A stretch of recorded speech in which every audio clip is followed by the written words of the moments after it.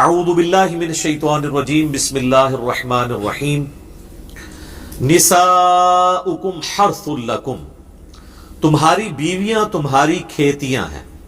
کیا خوبصورت انداز ہے، پردے کے اندر گفتگو کر کے ایک سینسٹیو ٹاپک کو بڑے احسن طریقے سے ایڈریس کیا جا رہا ہے۔ فَأْتُوا حَرْثَكُمْ أَنَّا شِئْتُمْ، تو اپنی کھیتیوں میں آؤ جس طرح سے بھی تم چاہو۔ اس کانٹیکسٹ میں بخاری و مسلم میں حدیث ہے کہ یہودیوں کے ہاں یہ ایک متھ پائی جاتی تھی کہ اگر کوئی شخص اپنی وائف کے ساتھ ازدواجی تعلق اس اعتبار سے قائم کرے کہ وہ اس کی وائف جو ہے وہ اب ظاہر ہے کہ میں کنٹرول الفاظ میں گفتگو کروں گا، میں نے سیکس کے ریلیٹڈ مسئلہ نمبر 155 ڈیٹیل کے ساتھ ریکارڈ کروا دیا ہے، بار بار ان ٹاپکس کو اس طریقے سے ایڈریس کرنے کی ضرورت نہیں ہے کہ وہ میاں بیوی کا تعلق تو اسی طریقے سے قائم ہو جو اللہ تعالیٰ نے اجازت دی ہے جس جگہ سے تعلق قائم کرنا ہے، لیکن اس کے لیے اگر وہ خاوند جو ہے وہ اپنی بیوی کے ساتھ تعلق پیچھے کی طرف سے قائم کرے، لیکن تعلق اسی جگہ پر قائم کرے جہاں پر قائم کرنے کا اللہ نے حکم دیا ہے، کیونکہ کھیتی جب بات کی گئی ہے تو بیج بونے کی جگہ وہیں پر ہے کہ وہاں پر اگر بیج بویا جائے گا تو اولاد پیدا ہوگی۔ تو یہودیوں کے ہاں یہ تھا کہ اگر سامنے سے تعلق قائم کیا جائے تو اولاد ٹھیک پیدا ہوتی ہے، اور اگر دوسری طرف سے تعلق قائم کیا جائے لیکن کیا سامنے والی ہی جگہ پر کیا جائے تو اولاد جو ہے وہ بھینگی پیدا ہوتی ہے۔ تو اس مت کو توڑا گیا کہ ایسی کوئی بات نہیں ہے، تمہاری بیویاں تمہاری کھیتیاں ہیں، تو کھیتی میں جو بونے کی جگہ ہے وہاں پر چاہے آگے سے آؤ چاہے پیچھے سے۔ اس سے مراد یہ نہیں ہے کہ وہ غیر فطری تعلق قائم کیا جائے، جو مرد کا مرد کے ساتھ تعلق قائم کرنے کو عموماً ہم قوم لوط کا عمل کہتے ہیں یا عمل لواطت بھی کہہ دیتے ہیں بعض لوگ، تو وہ نہ بیوی کے ساتھ جائز ہے نہ کسی اور کے ساتھ۔ وہ تو جامع ترمذی میں حدیث ہے کہ ایسے مرد کے اوپر لعنت ہے جو اپنی بیوی کے ساتھ بھی ایسا تعلق قائم کرے، اور مرد کے ساتھ کرے اس پہ بھی اللہ کی لعنت ہے، باقاعدہ اس کی سزائیں شریعت کے اندر آئی ہیں۔ اس پہ میں الگ سے ایک ریکارڈنگ کروا چکا ہوں، بچوں کے ساتھ زیادتی والا ایشو، اس کے اوپر آپ دیکھ لیں، میں نے ڈیٹیل سے احادیث بیان کی تھی، آج میں اس تفصیل میں نہیں جاؤں گا چونکہ آلریڈی اس طرح کے سینسٹیو ٹاپکس میں کور کر چکا ہوں، لہٰذا بار بار ان ٹاپکس کو انڈر ڈسکشن لایا جائے تو پھر ذرا معاملہ ڈیفرنٹ ہو جاتا ہے۔ اسی طریقے سے جامع ترمذی میں حدیث ہے کہ جو اپنی بیوی کے ساتھ قوم لوط والا عمل کرتا ہے تو وہ نبی علیہ السلام کی شریعت کا ہی انکار کرتا ہے، نعوذ باللہ۔ اس قسم کی کئی ایک وعیدیں کئی احادیث میں موجود ہیں۔ اب جو میاں بیوی کا جو تعلق ہے، اس کے بعد اس کا مقصد بیان کیا جا رہا ہے، وہ کیا ہے؟ وَقَدِّمُوا لِأَنفُسِكُمْ، اور اپنے بھلائی کے لیے جو معاملات ہیں ان کو آگے بھیجو، یعنی میاں بیوی کے تعلق قائم ہونے سے اللہ تعالیٰ اولاد دے گا، اور مقصد نکاح کا اولاد کا حصول ہے، اور یہ اللہ تعالیٰ کے حضور تمہارے لیے ظاہر ہے کہ ایک صدقہ جاریہ ہے اگر اولاد نیک کام کرے گی تو۔ اس لیے تو ہمیں دعا سکھائی گئی ہے نا، ربنا ہب لنا من ازواجنا وذریاتنا قرۃ اعین وجعلنا للمتقین اماما، سورۃ الفرقان کے اندر۔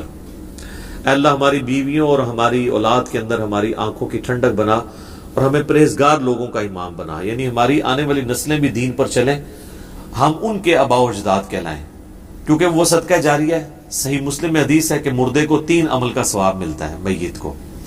نمبر 1 صدقہ جاریہ، جو اس نے اپنی زندگی میں ایسا کام کیا کہ اس کے بعد بھی وہ چل رہا ہے، کسی نے کنواں کھدوا دیا تھا، اس کے مرنے کے بعد بھی لوگ اس سے پانی پی رہے ہیں، اسے ثواب ملے گا، تو یہ لاجیکل ہے۔ نمبر 2 علم کی بات، کسی نے کسی کو علم دین سکھایا تھا اور مرنے کے بعد وہ اس علم پر عمل کرتا ہے یا لوگوں کو سکھاتا ہے، یا اپنی زندگی میں کوئی ایسی کنٹریبیوشن اس نے دے دی تھی، جیسے کہ امام بخاری امام مسلم نے کتابیں لکھ کے ہمارے حوالے کی ہیں، اب ان کو فوت ہوئے آلموسٹ 1200 سال ہو چکے ہیں، لیکن ان کے نامہ اعمال میں اس نیکی کا ثواب مل رہا ہے۔ اسی طریقے سے ہماری ویڈیوز ریکارڈ ہو رہی ہیں، اس کا تعلق ہماری زندگی یا موت کے ساتھ نہیں ہے، جب تک یہ چیزیں دیکھی جا رہی ہوں گی وہ نامہ اعمال میں آٹومیٹیکلی ثواب آئے گا، کیونکہ یہ ایفرٹ ہے اس بندے کی، خود اپنی ایفرٹ ہے۔ اور تیسرا فرمایا نیک اولاد جو اس کے لیے دعا کرتی ہے، بلکہ نیک اولاد جو اعمال کرتی ہے اس کا بھی آٹومیٹیکلی ثواب ماں باپ کو ملتا ہے، کیونکہ وہ اس کی انویسٹمنٹ ہوتے ہیں۔ سنن ابن ماجہ میں حدیث ہے کہ ایک شخص کا یعنی اللہ کے حضور وہ پیش ہوتا ہے مرنے کے بعد، تو اس کے درجات بلند کیے جاتے ہیں، تو وہ پوچھتا ہے کہ یہ تو میرا عمل نہیں تھا، تو اللہ تعالیٰ اس سے فرماتا ہے کہ تیرے بیٹے نے تیرے لیے استغفار کیا، اس کی وجہ سے اللہ نے تجھے تیرا یہ مرتبہ بلند کر دیا۔ تو یہ ایک فیض اس حوالے سے پہنچتا ہے۔ یہ ایک پورا ڈیٹیل ٹاپک ہے، میں نے اس کے اوپر مسئلہ نمبر 74 اصالہ ثواب کے اوپر ریکارڈ کروا دیا ہے، آلموسٹ 2 گھنٹے کا۔ میرے جو 2 گھنٹے یا 3 گھنٹے کی ویڈیوز ہیں، ان میں سے سب سے ٹاپ پہ جو ویڈیو گئی ہے وہ اصالہ ثواب والی ہے، کیونکہ یہ ہر گھر کا مسئلہ ہے۔ کسی کی اولاد فوت ہو جاتی ہے، کسی کے ماں باپ فوت ہو جاتے ہیں، کسی کی بیوی مر جاتی ہے، پھر مرنے کے بعد ان کو خیال آ رہا ہوتا ہے کہ اب ہم ان کے لیے کیا نیکی کر سکتے ہیں، تو وہ پھر پوچھتے ہیں۔ تو نیٹ پہ جب بھی کوئی اصالہ ثواب کا آپ لفظ لکھے نا دنیا میں کہیں بیٹھ کے، تو سب سے ٹاپ پہ وہ والی ویڈیو کھلے، کیونکہ سب زیادہ لوگوں نے دیکھی ہے۔ اس میں میں نے کئی ایک احادیث بیان کی ہیں، قرآن پاک سے دلائل پیش کیے ہیں کہ میت کو مرنے کے بعد ثواب پہنچتا ہے ان نیک اعمال کا جو اس نے دنیا میں کیے، یا اس کی طرف سے جو صدقہ و خیرات بعد میں کیا جاتا ہے۔ باقی رہ گئی یہ 30 40 اور قرآن پڑھ کے بخشنا، تو یہ ساری سب کانٹیننٹ کی بدعات ہیں جو اب آلموسٹ سب کے ہاں ہی آ چکے ہیں۔ بریلوی اسے 30 یا سوئم یا 10واں یا آپ کہہ لیں 40واں کہہ کے منا لیتے ہیں، دیوبندی اسی کو کہتے ہیں دعا ہوگی، لفظ انہوں نے دعا ہوگی پڑھ رہے، وہ بھی وہاں پہ بھی قرآن پڑھ کے بخش رہے ہوتے ہیں۔ اور ایسے لوگوں کو قرآن بخش رہے ہوتے ہیں جنہوں نے پوری زندگی خود قرآن کھول کے نہیں پڑھا ہوتا ہے کہ قرآن میں اللہ نے ہمیں کیا بتایا۔ اب مجھے بتائیں آپ لوگوں کا کیا پوری امت بیٹھ کے ایک ایسے بندے پہ قرآن پڑھتی ہے جس نے اپنی زندگی کے اندر اللہ کو اتنا بھی سیریس نہیں لیا کہ وہ قرآن کھول کے پڑھے کہ اللہ نے میرے لیے کیا حکم نازل کیا ہے؟ تو آپ لوگوں کا قرآن پڑھنا یہ دھونس کے ساتھ مرے ہوئے بندے کو بخشوا سکتا ہے؟ Not at all. ویسے اگر اولاد اس کی قرآن پڑھ رہی ہے، وہ خود بھی جو قرآن پڑھ رہی ہے، نمازیں پڑھ رہی ہے، اس کا ثواب اس کے ماں باپ کو پہنچ رہا ہے، وہ ایک الگ سے چیز ہے۔ لیکن اللہ کے اوپر کسی کی دھونس نہیں ہے، یہ ذہن میں رکھیے گا۔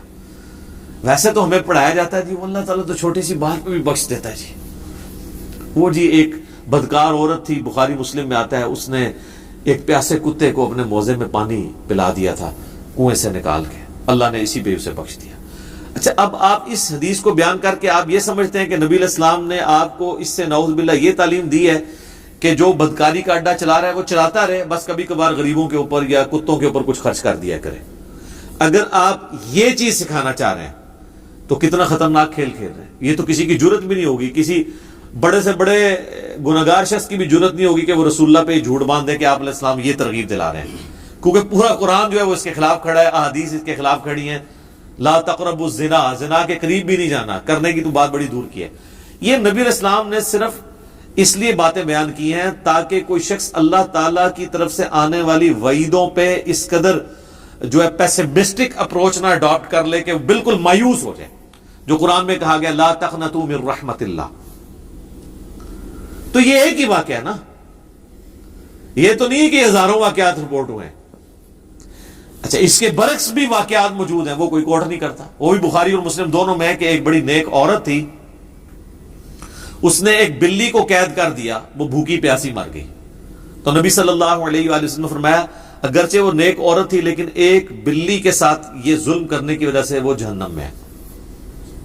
تو اللہ تعالیٰ اگر کسی شخص کو چھوٹی سی نیکی پر بخش سکتا ہے تو چھوٹے سے گناہ پر اسے پکڑ بھی سکتا ہے، لیکن یہ بات یہ راگ نہیں لاپا جاتا کہ بھئی چھوٹے سے چھوٹے گناہ سے بھی بچو، پکڑ ہو سکتی ہے۔